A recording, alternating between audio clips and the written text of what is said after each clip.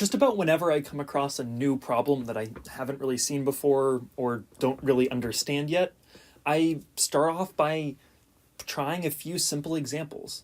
And hopefully by doing this, I can spot some sort of pattern, some sort of trend, and maybe I can understand bigger picture how the whole system works. Take, for example, the Towers of Hanoi question. I wouldn't start off trying to solve the 10-disk Towers of Hanoi question. I might instead start off with something really small, like 1 or 2 disks, and then try to extrapolate the things that you learn from that to the 3 or the 4 disks, and then maybe from there. Okay, so that last part, the and then maybe from there, make some general statement, is what we're talking about today. Specifically, we're talking about sequences, but these crop up a lot in discrete math because a lot of what we're doing is trying to identify some sort of pattern that exists in the context of whatever question we're working with. So what we're doing today is we are learning some formal language for how to talk about sequences of numbers because we'll need to use these ideas to address some other questions later on. Okay, so here I have written a number of sequences, aka just lists of numbers that are in order. Each of these sequences was written out in a way that it's insinuating what the next number might be. I think we would all guess that the next number in this first sequence is 1, the next number in the second sequence is 7, this third sequence looks like a bunch of even numbers, maybe the next number is 16. But even for these simple ones, that isn't necessarily the case. It's certainly possible to have the sequence 1 1 1 1 1 7 1 1 1 1 1, etc. And by just saying that etc., we don't know that the pattern isn't changing. However, generally when we have these ellipses, when we have this ... we're saying if there's an obvious pattern, then the sequence follows that pattern further, right? We're implying that there isn't any sudden change into what our general idea is for what a sequence should be. That this sequence is talking about the one that always is 1. The second sequence is always going to be the counting numbers.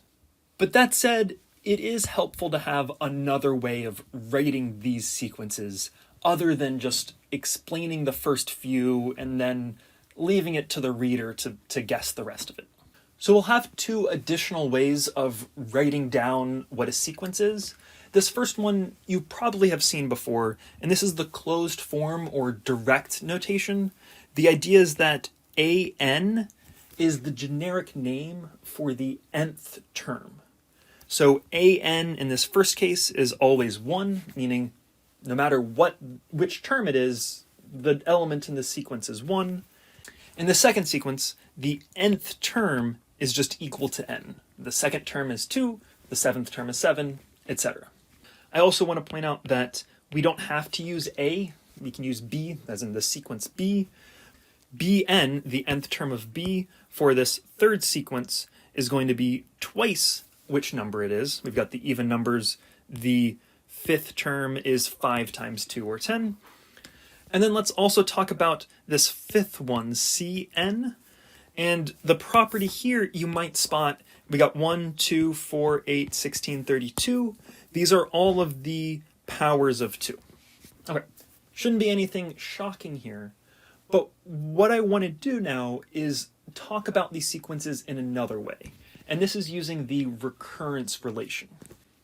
You've almost certainly seen this closed form before in some way or another, but I also want to talk about the recursive definition, which is another way we have of writing out what a sequence actually is. This recursive definition should feel a lot like proofs by induction.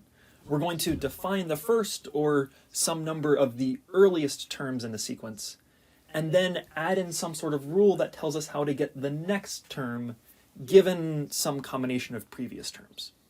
All right, here's the recursive definition for the first few. The first sequence we have here is always 1.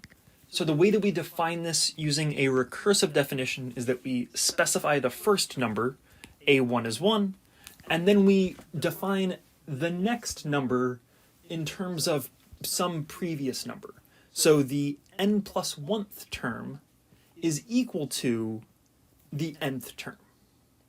Similarly, for this next sequence, which actually does change, the difference between each of these terms, or the rule or the pattern that we might spot when looking at this sequence, is that each subsequent term is always one more than the term before it. So another way of saying that is an plus 1 is equal to an, the previous thing, plus 1.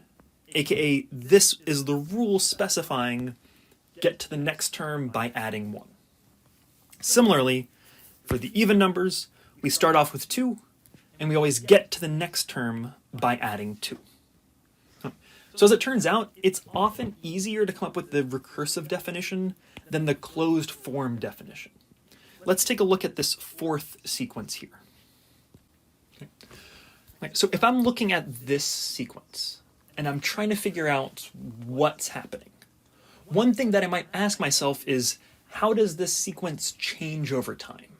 In other words, what is the difference between the first term and the second term? Well, you go from the first term to the second term, you add 2. Second term to third term, you add 3. Then you add 4. Then 5. And then now this is starting to feel like it makes a little bit more sense. All right, let's translate this observation into a recursive definition. So we want to call this sequence something. Let's use the letter D. D1 as in the first entry in the sequence is 1. And then for the rest of the entries, we'll define this recursively, where we'll say that, let's say we already know all the numbers up to n.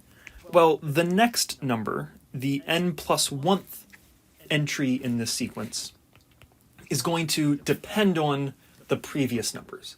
And we're going to use our observations that we made about a sequence to determine what exactly the rule is. Well, this observation that I made was that to get the 5th term, we took the previous term and added 5. To get the 6th term, I claim that, well, if we take the term before it, as in the 5th term, and add 6 to it, we'll get what we want. In other words, the dn plus 1th term is the previous term dn plus n. And this is a way of talking about this particular sequence.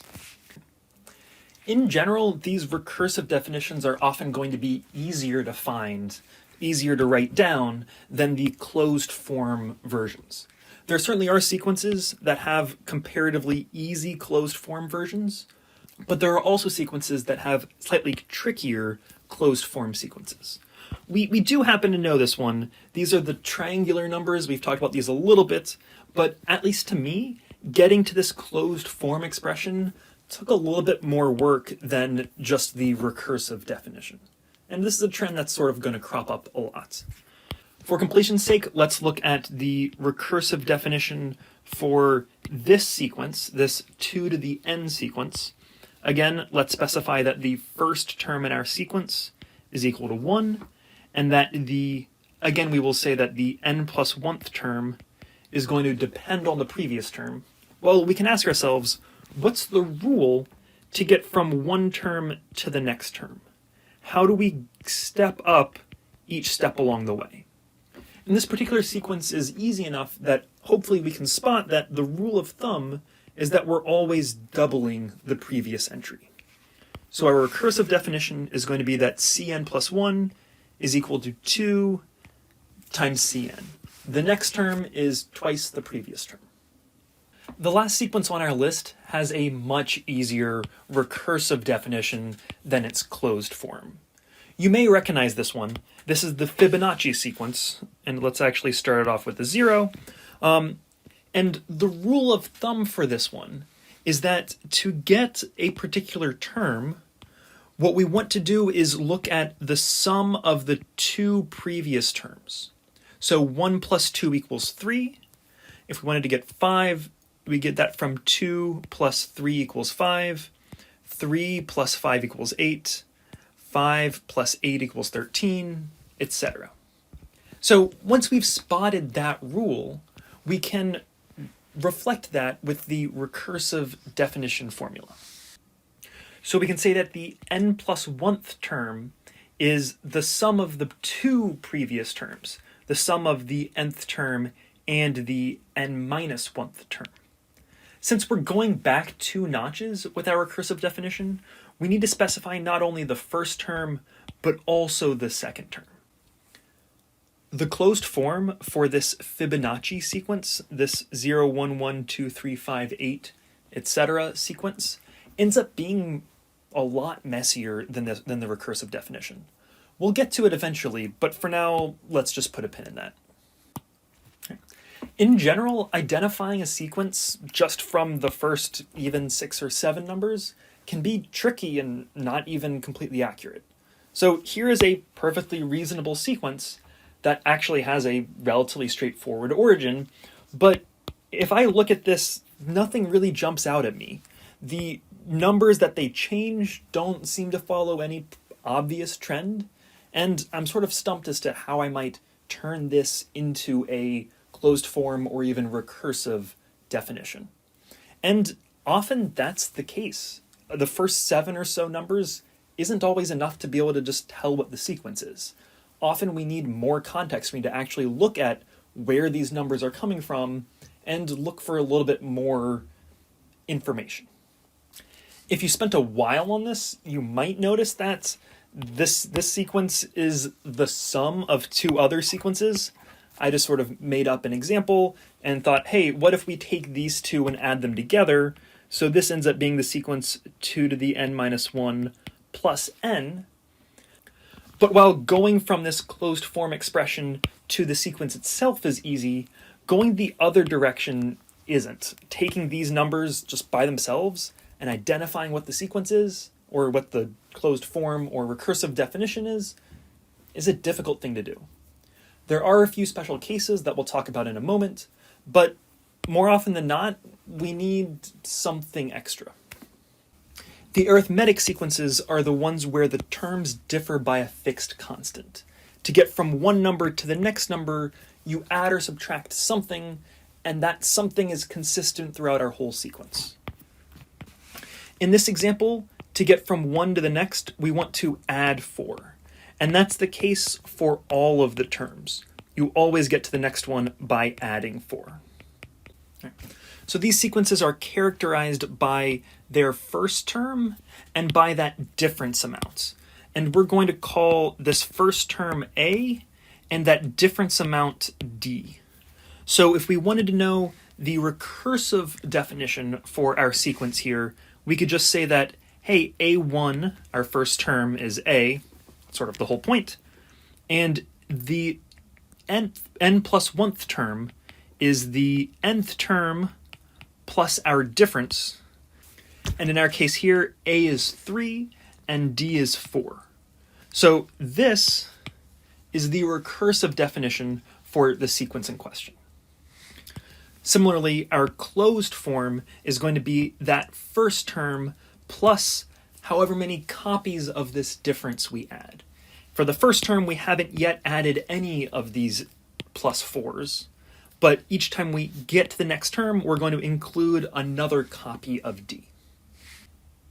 Geometric sequences also have a fixed form, but these are more based on multiplication rather than addition. To get from one term to the next term in a geometric sequence, we're going to multiply by some fixed number. The ratio between terms is a constant fixed number.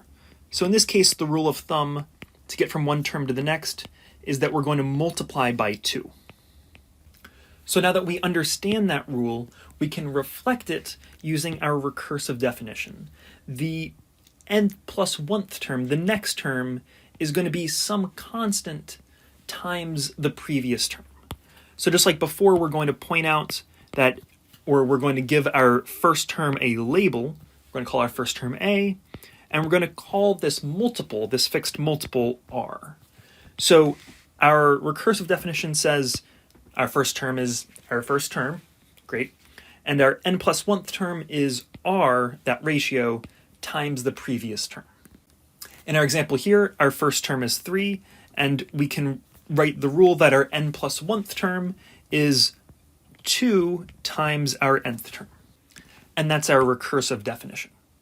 For the closed form, we again can follow a similar pattern. We can just say that, hey, our an, which is the rule for finding the nth term, is 3 times 2 to the power of n minus 1. And that's it. This is the rule for what a certain term is. So these are two examples, these arithmetic and geometric sequences, where by making an observation, it's fairly straightforward to write down the forms or the definitions for these things. But in general, we're going to often be working with sequences that don't exactly follow these. And so we'll have to use some other tricks to really get to the bottom of what are these sequences actually talking about. All right, the last topic to introduce before we do some hands-on examples in class is this idea of partial sums. So the general idea is that if we have some sequence of numbers, the partial sum is what we get if we start adding up numbers up until a certain cutoff point. Let's take an easy sequence as our example. A to the n equals n. So this is the sequence 1, 2, 3, 4, 5, 6, etc. And I want to draw this in a certain way.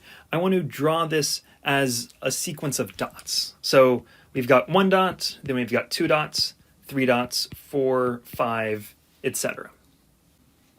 All right, so the partial sum sequence is a new sequence that we get from starting to add up our generating sequence and then stopping at a certain point.